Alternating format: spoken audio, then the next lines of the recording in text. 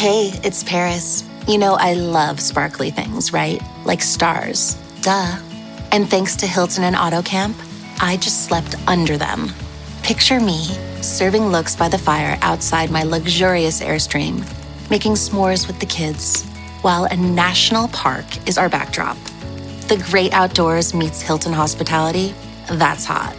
Explore all the new ways to stay at Hilton.com. Hilton for the stay.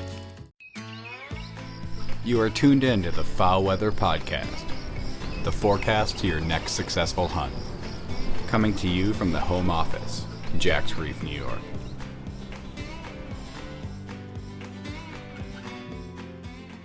The misinformation machine is at it once again, and coming from the many corners of the coffee shop. It's not coming from a single source, but it feels like the FowlWeather Podcast 2025 data stream series is being trolled because the words coming across your wavelengths are so wrong. We even know these folks have biologist friends they could run information by, but let her roll and just spread misinformation to the masses. In this rebuttal episode, we detail how reward bans actually work, why banding is necessary even if harvest doesn't have a real impact on some species. We also cover the legals on flooded corn, and we once again revisit the idea of calendar versus weather migrators.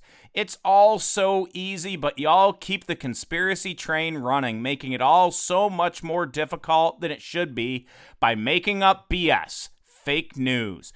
We also hit on the first hints of a La Nina winter. What's it going to be like? That and more, all today on the FowlWeather Podcast. In response to a massive amount of misinformation coming across your wavelengths, the FowlWeather Podcast embarked on the 2025 Data Stream series. It can be attractive to find conspiracies that help explain what you observe as a duck hunter, or maybe you even thought up some fun fake news yourself. The reality is that the long history of data used in waterfowl conservation and management in North America is a success story that everyone deserves to hear. Bumps and bruises we have, but dedicated we are as the duck people across duck country USA, dedicated to the long-term health of ducks and duck hunting. This series dives deep into how the population surveys, banding, and harvest surveys and models work. Join us to learn more and share this great information with all the great people across duck country USA. Remember that for this season, if you follow us and get your weekly migration forecast with the weather severity index telling you when and where ducks are going to show up, you know where the ducks are at before the ducks know where they're at. We're very thankful for our every week listeners. You know who you are. Those that never miss a single migration forecast episode each Monday morning. Y'all are as ate up as me about ducks, duck biology, and duck migration. Our dedicated weekly listeners can pick the best days to hunt because the FowlWeather Podcast forecasts fresh ducks hot from the north. You know where the ducks are at before the ducks know where they're at, right? Shoot the ducks from the north before they know where they're at. Also, just a reminder as well to take a minute to rate us on Spotify, Apple Podcasts, or wherever you listen. We appreciate your support very, very much. I'm your host, Dr. Mike, coming to you from the sweaty and hot home office in Jack's Reef. As you listen to this episode, I'm actually in the great state of Wisconsin today on a couple wetland visits and providing management strategies for some great people across duck country USA. Ducks are my 100% 24/7 love. Well, that, my wife, the dogs, the farm, and all things country, right? I'm out helping great people across duck country USA manage their lands and hunting pressure to increase the capacity of their property to sustain ducks, but also ensure their satisfaction in the hunt. I'm going to do, something a little bit different here, out of context for the FowlWeather Podcast, though, as we kick off this episode. I'm going to read to you from the closing comments from our Waterfowl and Wetlands Lab mid-season report that goes out to funders. This report is produced by the lab, the Waterfowl Wetlands Lab at ESF. That's the College of Environmental Science and Forestry in Syracuse, New York. This is my regular job, right? But I think what I wrote in that closing comment is very fitting to this opening conversation with you, our dedicated listeners, because in the end, as much as we just want to experience the wilds of our lands and shoot ducks among friends and family, we deep down want to see it all continue well beyond our times. So here we go. And I always kind of do a touchy-feely thing for funders. I really like to put a personal kind of focus on kind of opening comments to the report and closing comments. A lot of the stuff in between is the research, our collaboration with Delta Waterfowl, our collaboration with Ducks Unlimited. Lots to thank, all the good funders. But at the end of the day, the reason that we are all in this field, the reason that we are duck hunters, the reason that we care about conservation is about something much deeper than that. And I always try to touch on that. So let's give it a roll here. In a world strained by change that increasingly pressures wildlife populations, we need a generation of passionate people armed with the best science that can solve the new and emerging conservation issues. It is not enough to continue at status quo. Our waterfowl and the great people of this planet need more. We need more passionate conservationists that wake up at dawn with a goal in mind. Waterfowl and Wetlands at ESF trains kids that wake up at dawn and have hope for the future. These kids aim to see skies full of ducks, clean water for people and wildlife, fields full of food and animals, habitats for people and industry, all well balanced. We are neither extreme nor the norm. Waterfowl and Wetlands is an ideology that embodies the conservation ethic of Aldo Leopold in the modern world.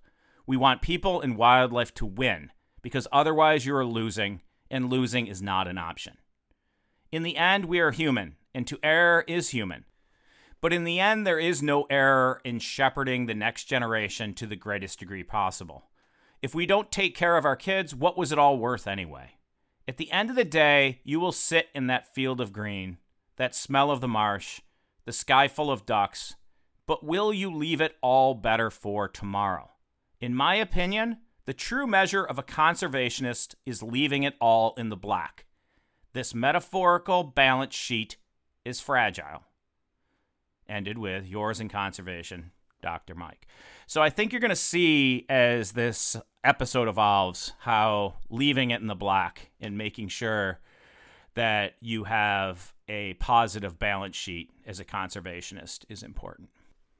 In today's episode, I am critical of others that are spreading misinformation. Today's episode is kind of a catch-all, an open landscape to crap on the BS coming from others, and it is not because I dislike our waterfowling brethren that shoots coffee shop talk across your wavelengths like a blast from an improved cylinder. They are passionate about waterfowl just like us. If they were not, they would not be coming across your wavelengths on podcasts and the social media places otherwise. But we really need to get this right at the end of the day for our metaphorical balance sheet to be in the black as conservationists. We need to be sure that the information we are producing is vetted properly. Folks are getting concepts around banding horribly wrong. Our observations on our own acres are not always those that others can see at the larger scales that work with these type of data. And we should be okay with that. We always get, that is what is wrong with you people. You don't see our side, or you act like you're always right. And that just isn't how it runs. Most of us, as I said, are out in the marshes with you, in the fields, everywhere that other folks are at. Waterfowl scientists, waterfowl biologists are largely duck hunters too. I'd say 95% of them. We're with you, folks. We're not your enemy. All right. But it's not just about getting it all wrong. Right now, the Bird Banding Lab, the USGS Bird Banding Lab, the BBL, is squarely in the crosshairs for budget cuts and maybe even being eliminated. And we all know as duck hunters that bird banding is critical to waterfowl science, conservation, and management. So this cut would hit home, right at the heart of the great people across duck country USA. So to spew BS about how information from banding can't be right is poor form in the first place, but doubly, it is poorly timed and irresponsible. I was just at the Winus Point Marsh Conservancy Graduate Student Symposium, also home to the Winus Point Shooting Club, the oldest contiguous shooting club in North America. Winus Point is a special place, But what was important is that professionals and students came together for 3 days and 2 nights to present, discuss, and debate factors affecting waterfowl and wetlands. Nearly every attendee was a duck hunter. We had names you will recognize, many who have been on the FowlWeather Podcast Young Waterfowl Professional Series or elsewhere showcasing their work. Folks you'll recognize: Corey Highway, Ethan Dittmer, Tim Marin, Dominic Hockenberry. And we spent time with folks over fine whiskey debating effects of game farm mallards on the long-term genetic integrity of wild North American mallards well into the night. What was evident was that we all respected each other's information and line of questioning. But when someone threw wild speculation with no information at the wall, it was called out. So please understand that the fake news machine is a frustration because it is not how the waterfowl world functions. Ideas are cool for sure, but they should be based on the available vetted information, and if we are unsure, we throw it against the wall among our colleagues and then get feedback, but we do it under closed conditions. To throw up junk against the wall in a public forum on social media is irresponsible. All right, but okay, before we head smack into the BS, let's talk a bit about fall 25 and winter 26 weather forecasting. Okay, it is probably way too early to say much, but we are probably going to be in an ENSO-neutral position for fall 25, and there is a slightly greater chance of moving into a La Nina for later in winter 26. What does this mean? These are about sea surface temperatures in the Pacific that greatly affect low and high pressure systems and our weather in lots of places in North America. So a neutral means the Pacific in the certain area that affects our weather is neither too warm or too cold. It's basically neutral. La Nina tends to be a cold Pacific, and El Nino tends to be a warm Pacific. But all of this is way off, but neutral conditions kind of blast data points, that would drive migration in a complete shotgun manner. So it does little really to provide information for long-term predictions about what type of year we will have for migration. A La Nina year is much more predictable because when the Arctic Oscillation is in a positive versus negative phase in a La Nina, that greatly influences the weather severity index.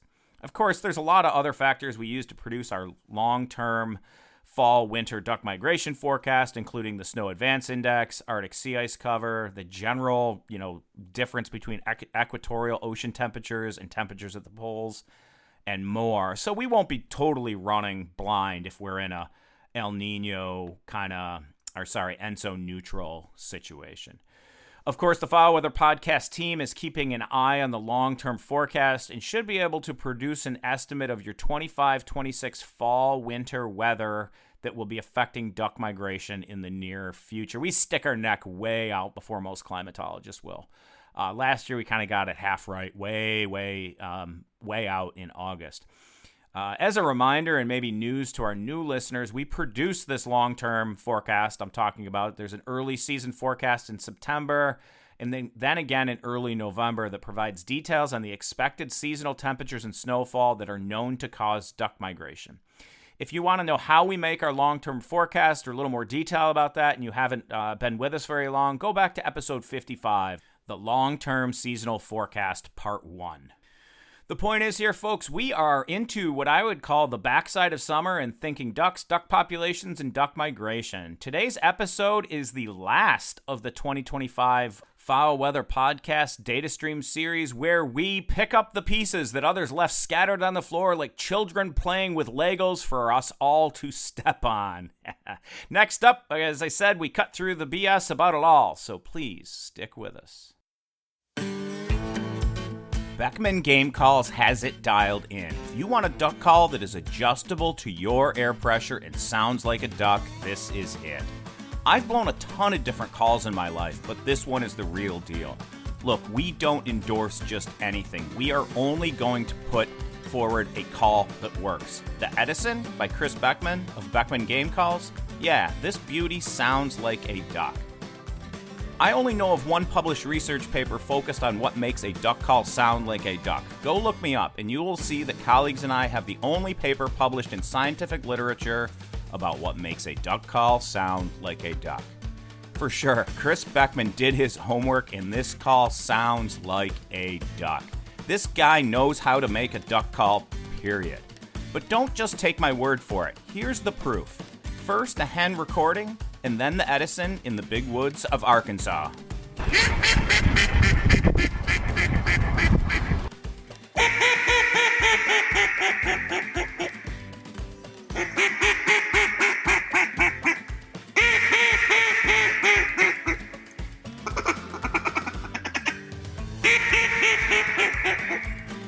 Visit them today at BeckmanGameCalls.com.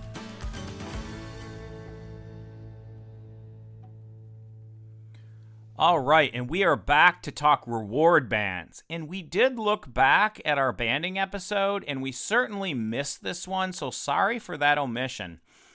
There's a lot of misunderstanding about reward bands, so we are here to clear that up. First and foremost, the purpose of reward bands was to get a better estimate of reporting rate by hunters, and contrary to what you have heard elsewhere, they are not used to calculate harvest rate, at least directly. The reporting rate is applied to all the other tens of thousands of bands we put on ducks to correct for some people, some hunters not reporting bands. And yes, we do band less ducks nowadays, some of it because of logistics and funding cuts, but some also because we've learned that we don't need to have as many bands out. We can still get the same reliable information. Of course, some cohorts, like female ducks of some species, could use a little greater banding, but it's not that easy as they're just hard to catch, and increased effort trying to catch them does not always lead to increased banding. Anyhow, back to reward bands here. Here's how it works. On a string of bands would be a single normal aluminum butt end band. That's like the normal, like it doesn't have rivets or anything in it that we have out there. They're called butt end bands. So there'd be that normal aluminum butt end band, then a reward band that pairs with another regular normal aluminum band. So in essence, what happens when you are banding is a normal band goes on one leg of a duck, and then the next duck at the same site for the same species, say mallards, black ducks, Canada geese. I said duck, but we do this with Canada geese as well. The next bird just gets a normal band, right? And then they also get a reward band on the other leg.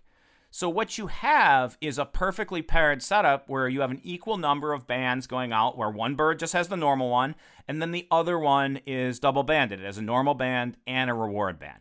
Then across space and time, if these two sets of bands are reported at the same rate, then the reporting rate is 100%. But that ain't the case until you get to a certain dollar value from a reward band. How do we know this? And because the feds don't want to pay any more than needed to get quality data, we tested it. Adult male mallards were, some of the initial stuff of this, adult male mallards were banded in summer 1987 with reward bands of differing dollar values, $0 to $400, to determine the lowest dollar value that would yield a reporting rate approaching 100%. It turns out you need a dollar value around $100 to get a 100% reporting rate. Then you can compare that reporting rate to the normal bands, because the normal bands will be reported at a lower rate, which allows you to calculate reporting rate. Turns out that even across space, that for mallards, reporting rates did not differ. So a person in Louisiana was as likely to report a reward band as someone in Iowa or California or Minnesota. And that reporting rate for those normal standard bands on mallards is not 10% like I heard recently. It's more like 30 to 50% traditionally, and has increased in the recent past. But a little different for Canada geese, the average reporting rate is 73% for those normal bands, but it does differ spatially.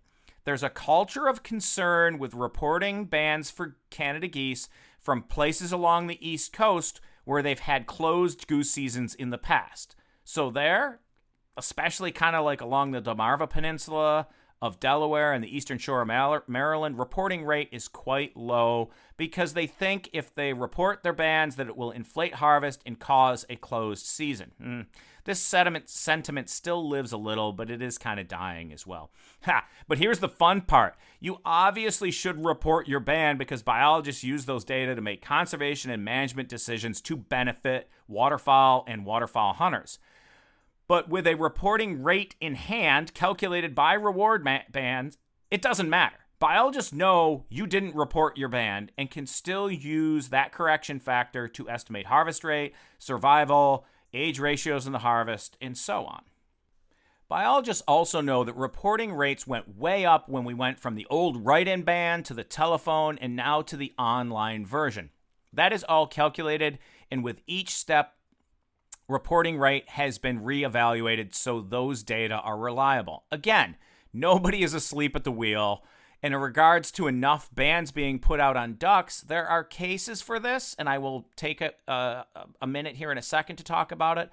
But there are documents produced that are called banding needs documents that detail how many bands and where should be put on what species of ducks and geese so that we can have confidence in our estimates derived from those banding operations. In fact, there are banding regions that have set quotas for folks to hit each year. Of course, sometimes folks miss on those, but in other years, they may be slightly overshooting them too. Where I do think we may be making mistakes in not having enough bands is for banding goals for wintering populations. Of course, those goals need to be based on some type of question with application to conservation and management of waterfowl, but increasingly we are seeing need for use of winter-banded waterfowl in analyses about demographics, origins of individuals, and maybe comparisons with GPS telemetry data. But you gotta have a well-defined question. The BBL, the Bird Banding Lab, doesn't even permit folks to band just for education. You need to have a valid research question. For more details on this, go back to episode 86, Jewelry with a Jingle, Why Band Waterfowl. So I guess to assert some conspiracy that the BBL doesn't want us banding winter mallards because they are jealous and can't do it themselves is absurd. That's honestly a comment that's out there. The BBL doesn't even really ban ducks directly. They just mostly distribute bands and handle those data associated with it. Also, bands are sent to master banders for free. So asking for 5,000 bands without a stated purpose kind of rubs them the wrong way, especially given that the entire BBL operation is run like a business, trying to be as efficient as possible with proper allocation of bands by region to meet the purposes of banding as well as our conservation and management research needs. So rather than throw shade on the BBL, we should be calling our representatives and noting what we should be keeping going, right? We should be keeping the USGS BBL along with the USGS Northern Prairie Wildlife Research Center in Jamestown, North Dakota, up and running. The Northern Prairie Wildlife Research Center has tons of studies that are conducted to inform us about how to save the ducks and duck habitat. So, let's not throw shade on the BBL at a time when they are possibly seeing cuts. We need to do the opposite. We need to support these folks and the great work they do that is critical for our waterfowl conservation. 9 años pidiendo el Snack Wrap. Aquí tienes tu Snack Wrap. ¿Tú quieres un Snack Wrap? Toma tu Snack Wrap. ¿Tú también? Toma un Snack Wrap. Snack Wrap, Snack Wrap, Snack Wrap. Volvió el Snack Wrap. Para pa pa pa. With a major selection of the looks your kiddos love starting at just $4 in the Walmart app, a new school year means a stylish new them. Who knew? Find skater skirts and Crocs that say, I'm casual but cool. Sparkly sneakers that say, it's my classroom, you're just learning in it. And preppy polos that say, I'm the teacher's pet, even if they're mommy's menace at home.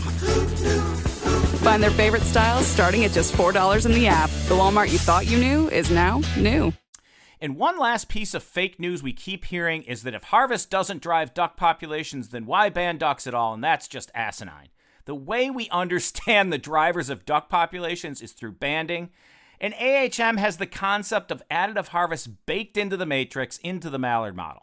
If you didn't catch that on episode 94, where we detail adaptive harvest management, then please go and have a listen. That's episode 94. It's part of a very recent episode of the 2025 FowlWeather Podcast data stream series.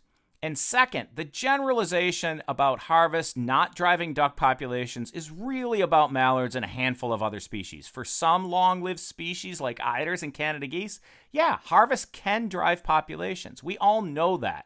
But for something like blue-winged teal, we somehow ended up with a stupid shorter season, even though it has nothing to do with harvest. But let's say we end banding. The BBL completely goes away and we have no banding. Then we will never be able to run the models like we did with mallards and pintails to know that harvest ain't a driver of blue wings at current harvest rates.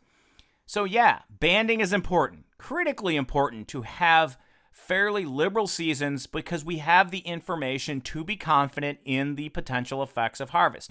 In the absence of these banding data, then everything else needs to be more conservative, or said another way, shorter seasons and lower bag limits, because our ability to make a confident decision is removed and we have to be careful or conservative.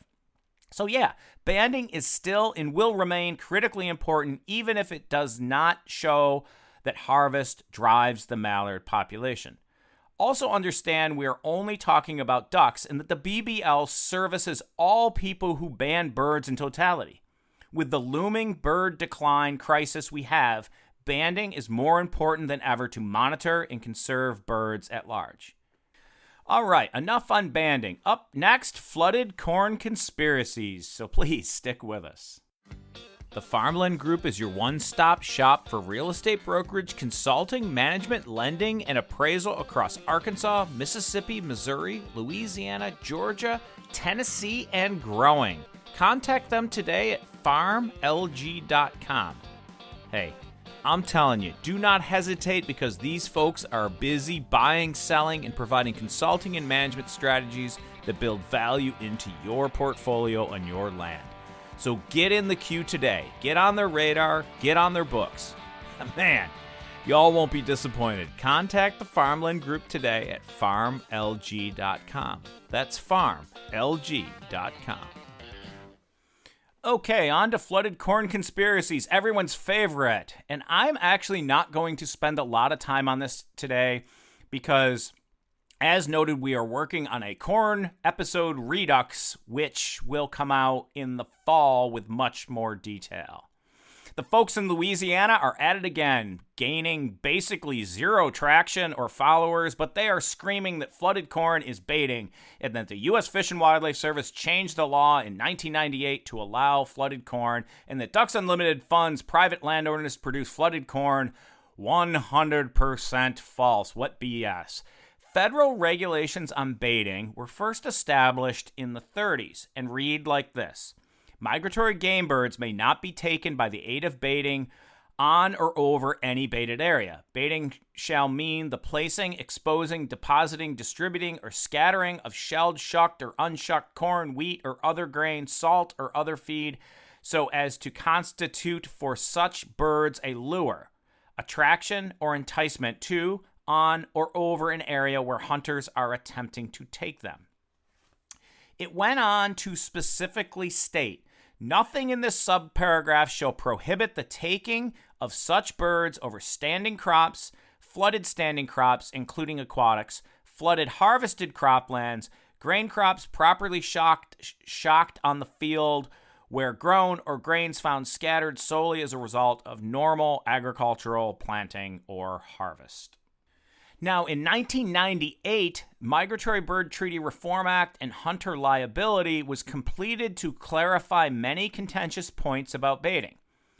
We will include further detail on the clarifications in the corn episode redux, but for now, what we need to know is that the law did not change anything about waterfowl hunting over flooded corn. It simply clarified the law. What I find hypocritical is that the folks in Louisiana, one, stopped bitching about this when populations were high. That's true. There was a period back like 2005 to 2008, or maybe even before 2005, when this was a big thing, and then duck populations got really high, and then it got really quiet. So, I find this hypocritical by the folks in Louisiana because, one, they stopped bitching about this when populations were high. Two, Louisiana is shooting more ducks per hunter than most folks across the United States. And three, guess what? If those folks lived in Missouri, they'd plant corn and shoot ducks over it too. So don't BS me. I've seen this before. More to come on the corn topic. Up next, the fun fake news that mallards are just calendar migrators anyway. Laughable for sure, so please stick with us. How many days have you had empty skies over the duck blind? Your property can be more with wildlife strategies. It is no secret that hiring a consultant, an expert in managing water, woods, and fields, an expert in duck food, an expert in hunting pressure management, hiring a consultant yields better habitat for the critters you chase. Less empty skies, more quality days afield, more smiles for miles with family and friends. If that's your game and goal, contact Ryan Delaney at ryan@farmlg.com for a site visit. And hey, here's the deal. I'm filled up for summer 2025 with clients up north, but if our northern friends have a property in need of some love, contact me at Dr. Mike at FowlWeather.co for a summer 2026 site visit.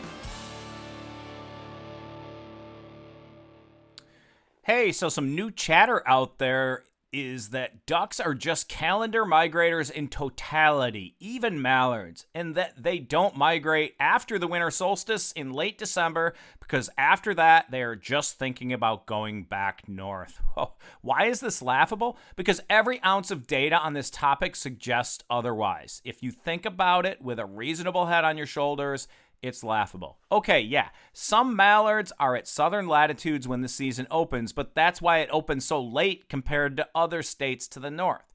And yeah, ducks are different. They don't all do the same thing on any given year, but most of the time, most mallards are still north of you at mid to southern latitudes when the season opens. The other ducks, the wimpy ducks like teal, gadwall, widgeon, pintails, and shoveler, they're very often there in abundance when the season opens. Same thing here near the farm in Jack's Reef. But that doesn't make them calendar migrators specifically to your southern locale. We've talked about this a bunch. The first thing these ducks do is move out of non-productive landscapes into their first staging area where there's highly productive wetlands with lots of food. I'll admit that some of that is based on photoperiod or how long the days are. They have a hormonal response to start moving south. But when we've tested effects of photoperiod against weather variables at mid-latitudes, these ducks always move on weather more than photoperiod. It's in every piece of literature out there.